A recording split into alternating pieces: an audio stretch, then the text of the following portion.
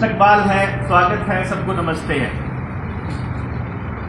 हालांकि हम सभी को सुनने आए थे, लेकिन मैं जहां तक नोट कर पाया कि अभी भीड़ ना हो जाए या रात ना हो जाए, इस चक्कर में फिर आपने ड्यूटी मेरी लगा दी कि आप बोलिए। तो मैं इस पूरे के पूरे खेल को हम लोगों ने समझ लिया, बोलना शुरू किया। अभी तो हमारी बिटिया को भी पता चल गया कि माई बॉडी माई चॉइस। वो आपसे सीखा। लेकिन यकीन मानिए, ये माई बॉडी माई चॉइस थोड़े से दिन का रहता है। अगर सरकारों को हमने यहीं पर नहीं रोका तो ये ज्यादा दिन तक माई बॉडी माई चॉइस नहीं रहेगा। Now your body will be their choice. वो आप क्या खाओगे, क्या पहनोगे, वहां से शुरू किया था इन्होंने, याद हो तो। उस वक्त हम बोले नहीं तो ये क्या मतलब कौन सा इलाज करवाओगे, वहां तक आ गए। कहां रहोगे, वहां तक आ गए। कब घर से निकलोगे, वहां तक आ गए। कब बोलोगे, क्या बोलोगे, कितनी जोर से बोलोगे, कौन से नारे लगाओगे, ये बताएंगे। आप नहीं सोच सकते कुछ भी, आपका आचरण ये डिसाइड करेंगे। और ये शुरुआत में ही बोल लिया होता अगर सभी ने खड़ा होकर के, तो आज ये नौबत ना आती कि आज एक एक आदमी को अपने अपने बच्चों के लिए इतनी चिंता हो रही हो। लेकिन मोटे तौर पर बड़ी बात मैं एक चीज बता दूं कि अगर इस षड्यंत्र के ऊपर डिटेल में जाने लगेंगे तो फिर से वही टाइम लग जाएगा और कोई बताने का कोई फायदा नहीं है। आज हम बात करेंगे करना क्या है, यहां के बाद क्या करना है। आज आप आगे, आपको पता चल गया कि आप अकेले नहीं हो, आपको पता चल गया आपके जैसे पागल और भी हैं खूब सारे, और केवल इस जिले में नहीं है, हर जिले में है। तो मान लीजिए हमारे पास एक जिला से 100 लोग हैं, जो कि बहुत नॉर्मल है।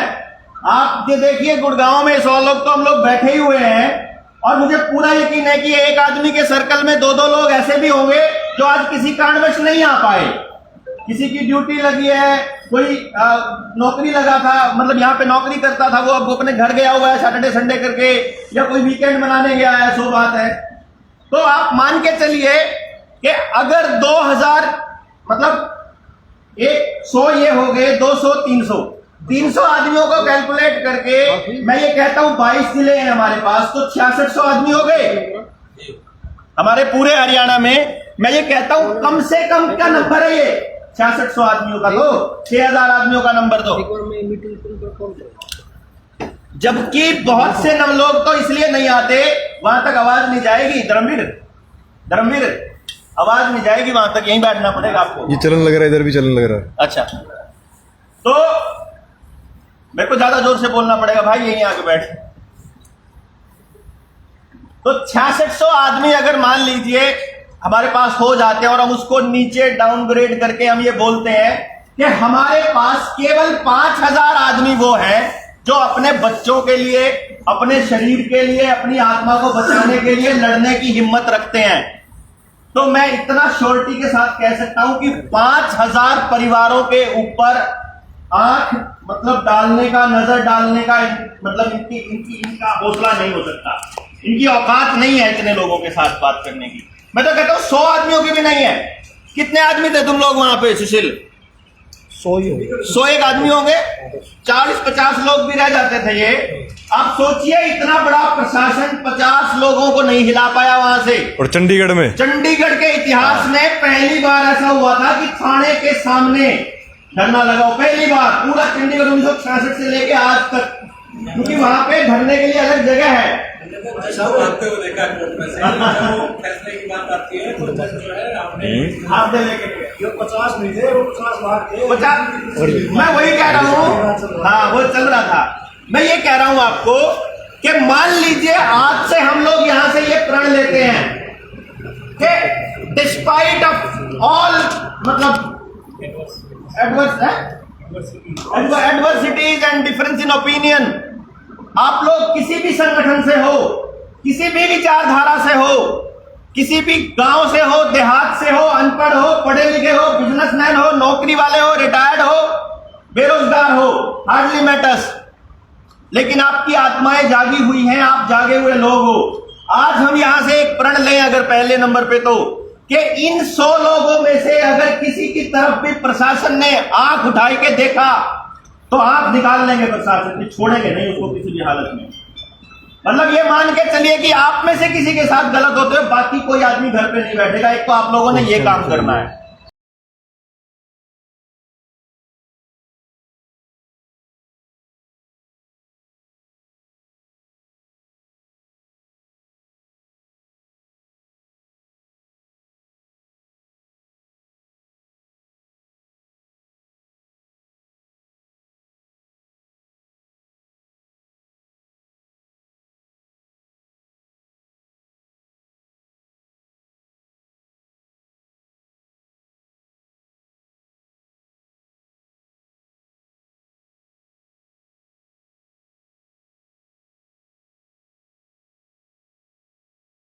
दूसरा नंबर, मैं ये मानता हूं कि अगर 22 जिलों से हम 5000 परिवारों को किसी भी केंद्रीय जगह पर, हरियाणा में कहीं केंद्र में बुला करके पूरे दिन का एक मीटिंग कर लिया जाए और उन परिवारों को आपस में मिलने का मौका दे दिया जाए, और हम वहां से एक चीज की स्थापना करें कि ये है हमारा एक अलग परिवार, जागा हुआ परिवार, चाहे हम उसको कुछ भी नाम दे दें, कि आज ये संख्या 100 है, उसी दिन ये संख्या 5000 हो जाए।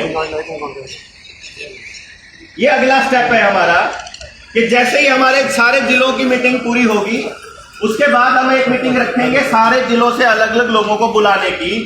तो आपको दूसरा स्टेप क्या करना है, अपना फोन उठाइए, अपने फोन में पहला नंबर जिसका है, इसमें आ रही है आवाज, पहला नंबर जिसका है उसको कॉल करिए। हाँ भाई सुशील, तुम्हें समझ आ रहा है सरकार तुम्हारे साथ धोखा कर रही है। अगर वो कहता है यार सरकार हमारे साथ धोखा क्यों करेगी, सरकार को क्या मिलेगा, सरकार तो कर ही नहीं सकती हमारा बुरा, ठीक है हम बाद में बात करते हैं, उसका फोन काटिए। क्यों? क्योंकि आज सिचुएशन एक्चुअली बहुत सीरियस है। अगर हम लोग किसी को किसी अंधे कुएं से निकालना चाहते हैं, सबसे आसान उस आदमी को निकालना है जो किनारे के पास होगा, जो थोड़ा बहुत समझने के लिए तैयार होगा। जो पहले ही बिल्कुल बीच में बैठा है ना, तो हमारा सारा जोर उसको किनारे तक लाने में लग जाएगा, उसका अभी टाइम नहीं है। जो आपने बताया बेटा वो एकदम परफेक्ट है कि उसके ऊपर जोर नहीं लगाने का है, केवल उनको बचाना है। सबसे पहले जो बचना चाहते हैं, जो समझे हुए हैं, जो समझना चाहते हैं, ठीक है ना जी। तो अगला नंबर आता है, वो बोलता है हाँ भाई बात तो तुम ठीक कह रहे हो, तो बोलो लड़ाई लड़ोगे हमारे साथ खड़ा होकर के। वो बोलता है मैं तो सरकारी नौकरी पे हूं, मैं तो नहीं आ सकता आपके साथ लड़ाई में। अरे भाई हम तुम्हें घर पे बैठे काम दे देंगे, अब ये इतने सारे संगठन वाले लोगों से बात करनी होगी हमको, तो हम 100 लोगों का मैसेज उसको डायरी में से फोटो क्लिक करके भेज देंगे कि लाइन सबको एक एक करके कॉल करके बुला लो वहां पे फोन करके। हमारा दूसरा काम, हम दूसरा काम कर लेंगे जो लोग सड़क पे चलने वाले लोग हैं। तो तुम्हें जाना नहीं है कहीं हमारे साथ देने के लिए, तुम अपने घर से दे दो भाई। जो आ सकते हैं वो आ जाएंगे, जो नहीं आ सकते हैं वो अपने घर से दे दो। लेकिन आप साथ हो, हाँ साथ है। आप आ सकते हो, हाँ मैं आ सकता हूं, तो फिर आ जाएंगे। इस तरह से मुझे पूरा यकीन है कि अगर आपके पास, जैसे मैं अपना हिसाब लगाऊं, मेरे पास 11,000 12,000 फोन नंबर्स हैं जिनको मैं जानता हूं लोगों को, तो आपके पास 1000 2000 तो होंगे ही होंगे। उन 1000 लोगों को अगर आप कॉल करोगे, मैं नहीं समझता आपके पास 10 लोग भी नहीं होंगे ऐसे जो आपकी बात को मानते होंगे। 10 तो मिल ही जाएंगे, आज तो मिल ही जाएंगे। आज से 4 महीने पहले नहीं थे, लेकिन आज आपके सर्कल में 10 लोग हैं जो बचना चाहते हैं, जो समझे हुए हैं, जो समझना चाहते हैं। उसका नाम लिख लीजिए डायरी में। आज शुरू करना है, अगले जैसे ही टाइम मिलता है कॉल करना स्टार्ट कर दीजिए अल्फाबेटिकली, आखिर तक पहुंचिए और वो लिस्ट तैयार कीजिए जिनको आपने बचाना है शुरू से आखिर तक। बहुत से लोग इसलिए रह जाएंगे कि आप उन तक जानकारी ही नहीं पहुंच पाई। आज यहां बहुत सारे लोग आ जाते अगर सब तक जानकारी पहुंचा पाते हो। तो एक लिस्ट तैयार हो गई, अब इस लिस्ट को ये मान के चलिए कि ये हमारा परिवार बड़ा करना है, तो अब हमें स्टेट वाली मीटिंग में उन सबको आना है। वो अपने आप ही आ जाएंगे, उन तक सिर्फ खबर जानी चाहिए। क्यों जी, सहमत है? 5000 लोगों तक जाएंगे। जिस दिन हमारा परिवार इतना बड़ा हो गया, उसके बाद जो भाई वाली बात थी कि स्किल वाला पॉइंट था, अपने बच्चों को 5000 परिवार अपने बच्चों को भूखा नहीं मरने देंगे, गारंटी है। स्किल भी डेवलप कर लेंगे, इसकी भी गारंटी है। अकेला भी नहीं छोड़ेंगे, इसकी भी गारंटी है। हम 5000 लोग, ज्यादा कुछ नहीं करेंगे, सरकार ज्यादा बकवास करेगी, हम अपनी यूनिवर्सिटी खोल सकते हैं 5000 आदमी मिलके, ठीक है। ऑफ ग्रिड इसका सोल्यूशन नहीं है, ये मैं बता देता हूं। कौन सा दोस्त था वो जो सोच रहा था ऑफ ग्रिड बिल्कुल सोल्यूशन नहीं है। ऑफ ग्रिड है केवल थोड़े वक्त के लिए बचे रहने तक तो ठीक है, लेकिन अगर समाज आपका आपके साथ नहीं है तो आप कहीं भी सुरक्षित नहीं है, कहीं भी सुरक्षित नहीं है। और क्योंकि सारे समाज को सारी बातें शुरू में नहीं समझ में आएगी, तो पहले उनको इकट्ठा कर लो जिनको समझ में आई हुई है, जो जागे हुए हैं। तो ये 5000 परिवार, इनको हमने शुरुआत तो करी थी जब उस वक्त जब जनता सरकार मोर्चा की हमने कार्यकारिणी बनाई थी ना, तो उसी वक्त हमने शुरू किया। तो हमने बैठ के बात करी। मैं कहा भाई सिल्लू, कल को अगर मान लो साहिल को फांसी तोड़ने लग जाए, साहिल के घरवाले कहेंगे मारे वाला क्यों तोड़वाओगे, तो आप तो टूट लेना है, मान लो मेरे को तोड़ने लग जाए तो मेरे परिवार का क्या होगा भाई?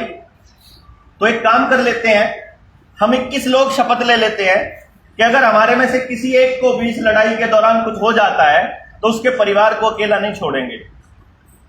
कम से कम उसके बच्चे के पास 20 माँ होंगी, 20 बाप होंगे अलग से, एक ही तो क्या है, समझ गए ना? तो अगला कॉन्सेप्ट ये है कि फिर हमारे साथ जुड़ने वाले किसी आखिरी आदमी के भी बच्चों को हम अकेला क्यों छोड़ेंगे?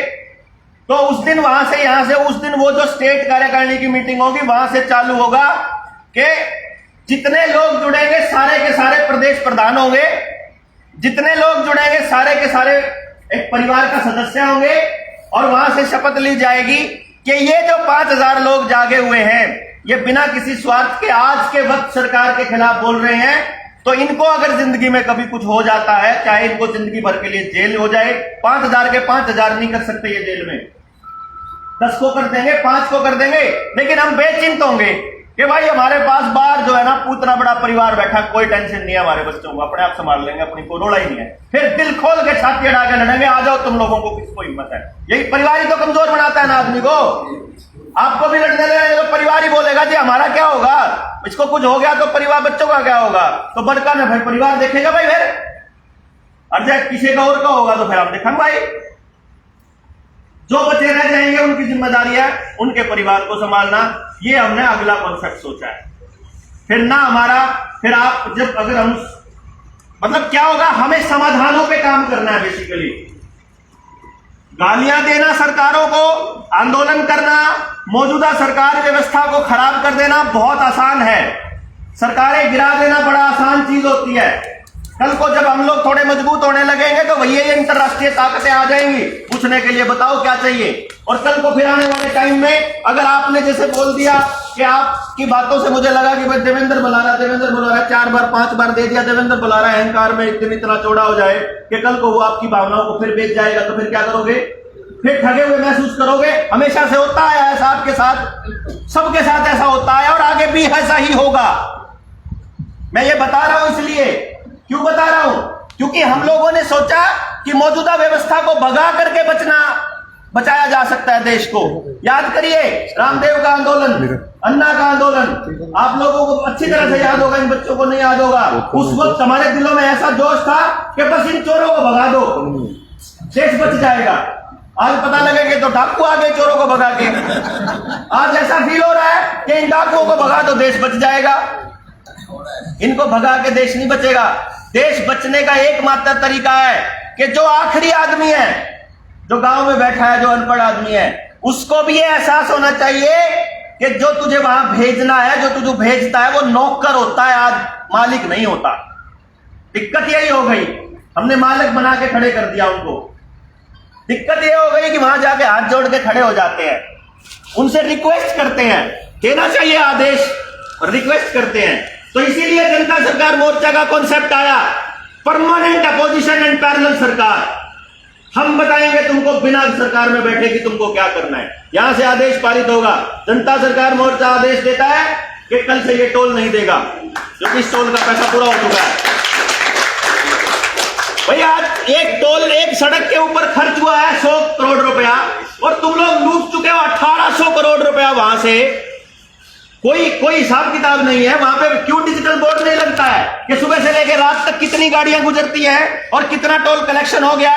जैसे ही टोल की, जैसे उस रोड की कीमत और उसकी रिपेयरिंग की कीमत पूरी होती है, उसी टाइम टोल हर आदमी का देना बंद कर दिया जाए। क्यों नहीं होता है? लेकिन कोई पूछने वाला नहीं है, क्योंकि हमको मुद्दे उठाने नहीं आते हैं, हमारे लोगों को नहीं आते उठाने। तो स्कूल के मुद्दे से लेके, बच्चे की परवरिश से लेके और उसके आखिरी रिटायरमेंट के टाइम तक के मुद्दों को उठाने का काम जनता सरकार मोर्चा करेगा लोगों को, आने वाले वक्त की बता रहा हूं। और हम समाधान देंगे, जिससे नहीं होता हम करके दिखाएंगे। और अभी तक भी हमारे जो जितने भी लोग यहां बैठे हुए हैं, चाहे सुनील शर्मा का एग्जाम्पल ले लो, लोगों ने कहा बिना डीएपी के, बिना खाद दवाई के पैदावार आधी हो जाएगी अगर ऑर्गेनिक खेती करोगे। उसने करके दिखाया।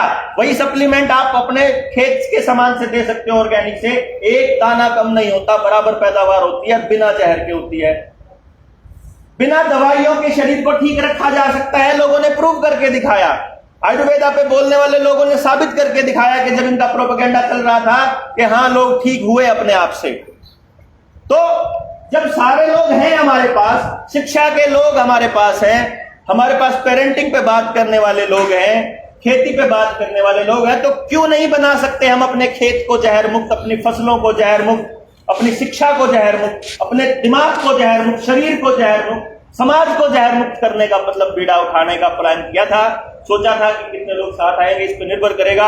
अब आप लोगों को देख करके, आपका जोश देख के, आपका समर्थन देख के ये हिम्मत आती है कि वाकई में हम लोग कर लेंगे और जीतेंगे, 100% जीतेंगे। दुनिया की कोई ताकत नहीं रोक सकती अपने को, ऐसा महसूस होता है।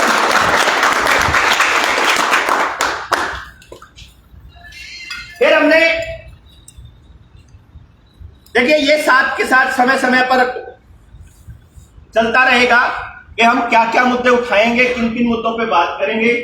लेकिन मोटे तौर पे आपसे मतलब सुझाव भी आमंत्रित रहेंगे, आप लोगों से समर्थन भी इस फॉर्म में आमंत्रित रहेगा कि अगर आप में से कोई साथी आ सकता है हमारी तरह परमानेंट, क्योंकि अब हम लोग अलग होने का सोच रहे हैं, सारे के सारे इकट्ठा होकर के चारों लोगों की एनर्जी एक ही जगह लगती रहेगी, तो वो अगर ये अलग हो जाते हैं तो 4 जगह लगा सकते हैं, हम 4 गुना कर सकते हैं इस ऊर्जा को।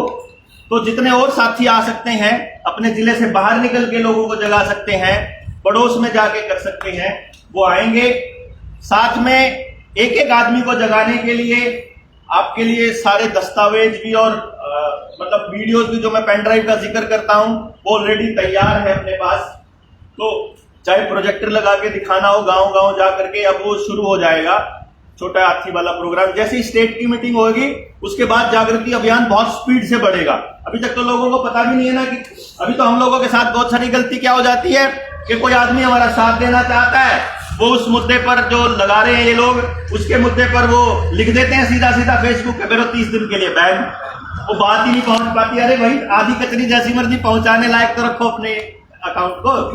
तो इसलिए वो ट्रेनिंग कि शिक्षा पे हम कैसा विजन है, हमारा खेती पर क्या विजन है, रसोई को कैसे बचाना है, शरीर को कैसे बचाना है, समाज को कैसे बचाना है, आने वाले टाइम में उस आखिरी आदमी को राजनीति की इतनी समझ दे देनी है कि कल को कोई आदमी बड़े बढ़िया भाषण लिखवा के, किसी से अच्छी रिसर्च करा के, क्योंकि हमने इलेक्शन जो पॉलिटिकल इलेक्शंस जो मैनेजमेंट होती है उसके अंदर एक चीज देखी है कि ये लोग क्या करते हैं, रिसर्च कराते हैं, लोगों से सर्वे कराते हैं, लोग जो बोल रहे होते हैं उसके हिसाब से अपने भाषण तैयार करते हैं।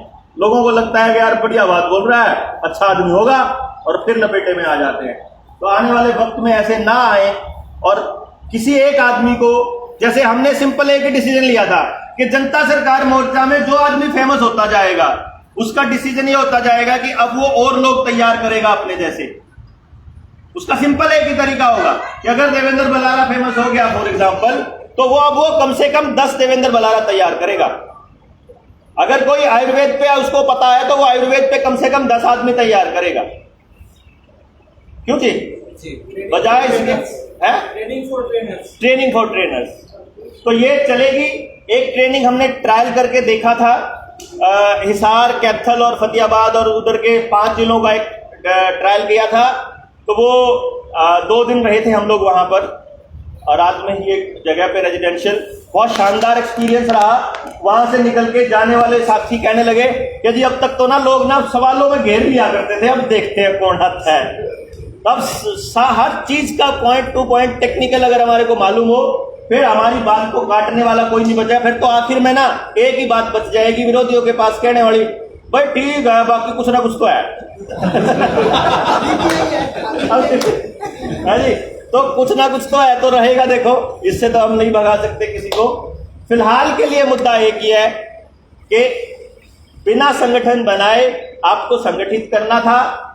आपको इस बात का एहसास दिलाना था कि आप अकेले नहीं हो। आपने अपने साथी को एहसास दिलाना है कि वो अकेला नहीं है, ना हम अकेले रहेंगे, ना हम अकेले छोड़ेंगे। और आने वाले वक्त में मिलकर एक ऐसे भारत का निर्माण करने पे काम करेंगे कि आने वाले 100 साल बाद या 200 साल बाद हम अपने इन बच्चों को या इनके बच्चों को कैसा देश देना चाहते हैं, कैसे संस्कार देना चाहते हैं, किस तरह का रास्ता देना चाहते हैं, वो काम जनता सरकार मोर्चा करे। और इसमें आप लोगों की भागीदारी के बिना नहीं हो पाएगा। क्योंकि एक चीज समझिए आप, समाज के अंदर बहुत से लोग ऐसे हैं, बहुत से क्या हैं, मतलब 99.9% लोग ऐसे हैं जिनको पता भी नहीं है कि आपको बचाने के लिए इतने सारे लोग मरने को तैयार हैं। सोचिए आप,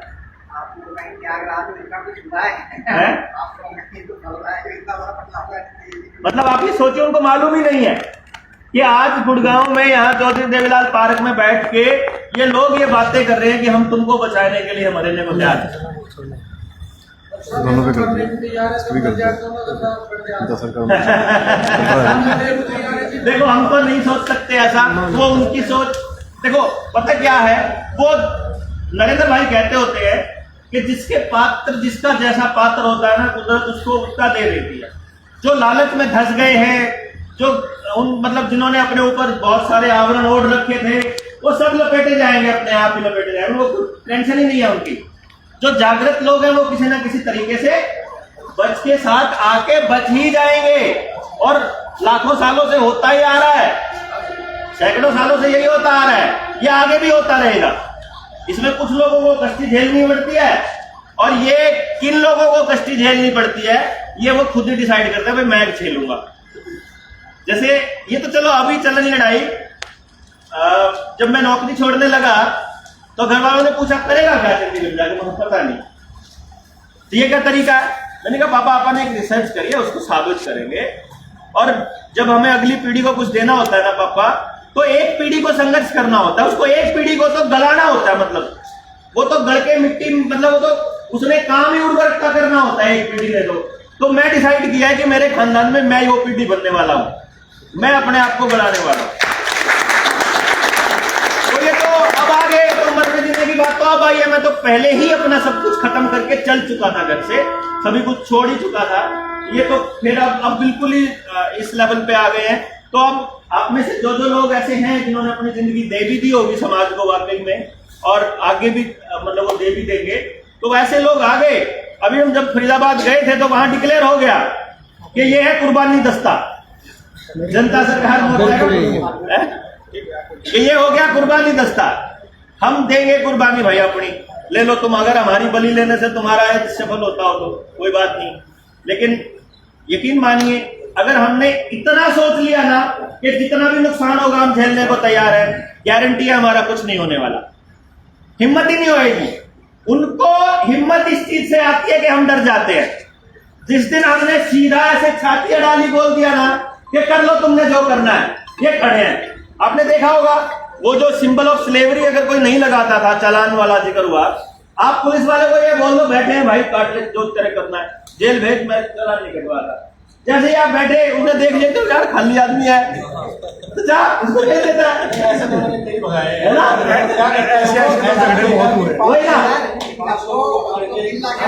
ये तो मेडिकल में मेरे साथ एक दिन हुआ था। कहती बन की ये पागल आ रहा है इनको काट ये जाओ 3 बार पिछले वाला रोक लिया हाँ। उनको काट लिया हम लोग देख के काट लिया मैं वही कह रहा हूँ जी। काट लिया नहीं होता वो कट चुके होते हैं 200 में। तो वो ये सीन है जी। आप अगर ये